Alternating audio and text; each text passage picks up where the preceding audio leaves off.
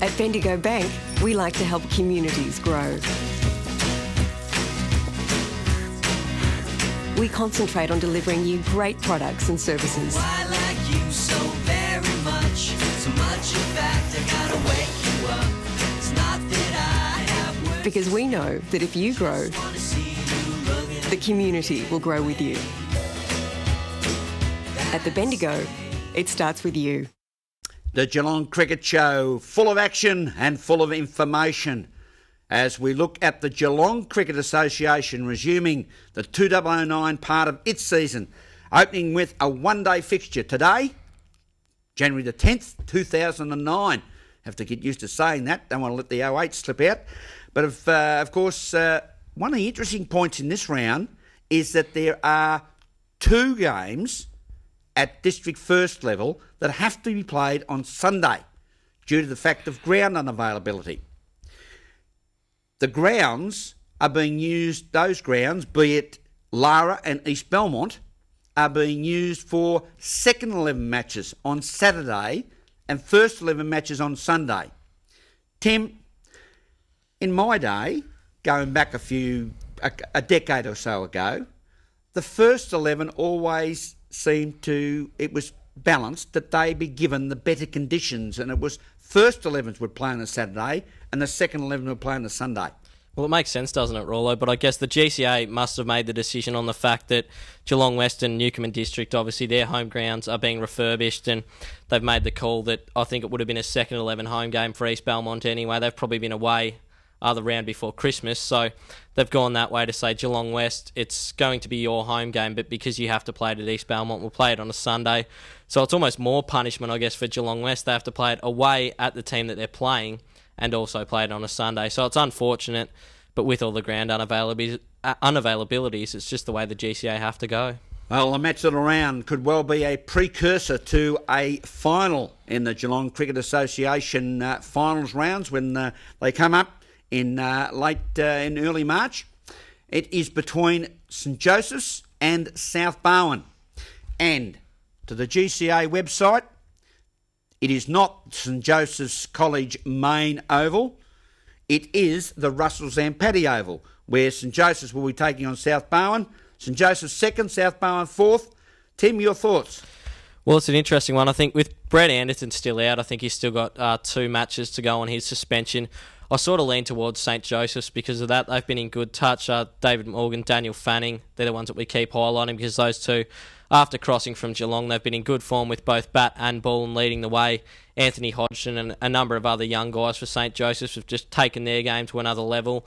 And South Barwon, you just wonder where they're going to get their wickets. It puts added pressure on Brad Hornstein to do it with both bat and ball, and then guys like Darren Hornstein as well to step up and play extra roles with the ball as well. So South Barwon, they've got their work cut out for them against a quality side like St Joseph's, but I wouldn't put it past them. I think Joseph's have to go in as favourites though.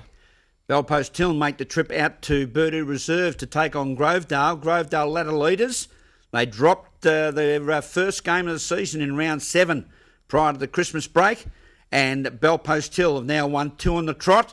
Can they make it 3? Do we sense another upset coming, Graham? Belpost Hill, they seem to be the giant killers. I think they've beaten South Barwon. They've beaten St Joseph's now, so Grovedale could be in a bit of danger. Belpost Hill, as I keep saying, that they're one of the form sides and have the form against them to beat those top sides, so they'll take plenty of confidence out of those games that they played in the last couple of weekends. But Grovedale are a quality team, and at home, they're going to be extremely tough to beat. Down at Richmond Crescent, they're in the east of Geelong. Geelong City take on Newtown and Chewell. And even though they're placed at 10 and 12th, this is going to be a real cutthroat battle between these two sides. I think so. Both sides obviously needing a win. They're probably out of finals calculations with the top 6 or 7 more or less set in the GCA. But to take a little bit of confidence into the second half of the season, both Geelong City and Newtown will need a win. Adam Pitts and Alex Stanley, the two key characters for both sides. And if either of those two get going, then their respective sides will be likely to take a win. And the fourth game being played today on Saturday, January the 10th, in GCA Division 1. Leopold make the journey out to Osborne Park, Magpie Land, to take on North Geelong. And the big news we understand coming out of Magpie Land is that Alf Clark is not available in this round, but His place has been taken aside by a gentleman, Lindsay Scown. Yes, brother of Brad Scown. And Lindsay is a top wicketkeeper batsman and has been playing with North Melbourne at Premier Cricket level. Interesting change. Oh, certainly. Well, if he's anywhere near as good as Brad Scown and has as much of an impact as he's had this season, I think he's the leading wicket taker out at the Magpies, Brad Scown. So if Lindsay can get a few runs, even if he's only playing for this one game, I think he could have a massive impact. Leopold would be desperate for a win as well. They've been struggling a little bit, but with that's a massive in, Lindsay Scown, even with Alf Clark overturning himself over there in Bali, but I think North Geelong will still get the point. The Magpies at Magpie Land, good luck to both sides in what should be a very, very interesting game of cricket. Now, attention now to the 11th day of January, tomorrow, Sunday, where we will see two Sunday games. Newcombe District take on Lara, being played out on the wonderful Legend course turf out at the Mill Road Reserve in Lara. Lara in good form. Everything points to Lara, doesn't it? Lara at home, they've obviously had Danny Hughes is back making runs, and your favourite Rollo, Christopher John, just continues to rack him up. He's an absolute star, and the way Newcombe and District have been going, I think they got a win just before Christmas, so they take a little bit of confidence from that. But Lara, they're an extremely tough side to beat, and definitely a top 6 side in the GCA Division 1 this season. Yeah, Lara, they won 2, they dropped 2, and then they've won 3 on the trot. They should return to winning form yet again. Christopher John Banbury, go for the big one, son. Another century. Well done. And the other remaining game tomorrow will be between Geelong West and East Belmont. East Belmont, who sitting 5th on the ladder at the present time, had a good win in that last round before the Christmas break. They're taking on Geelong West, and that will also be out at Winter Reserve, which, according to information, is also in reasonably good condition. Certainly, Rollo. This would probably be my match of the round. If I could recommend one game to get to, if you're tossing up the GCA Division 1 games this weekend, get out to Winter Reserve on Sunday and watch Geelong West against East Belmont. Two sides that are in form. I think East Belmont dropped a couple, but then got a win just before Christmas, so that's good news for them. They'll need to keep it going to stay in that top 4. Geelong West currently sitting 3rd, and they're doing extremely well because they've played the majority of their games away from home. Obviously, the big draw card for the game will be Glenn Tallarico. Can he keep up with both runs and ball in the second half of the season? We'll have to wait and see. I do lean towards Geelong West, even though it's at Winter Reserve. Roller in great touch. They're playing well away from home, sitting 3rd on the table, and I think they'll continue that in the second half of the GCA season.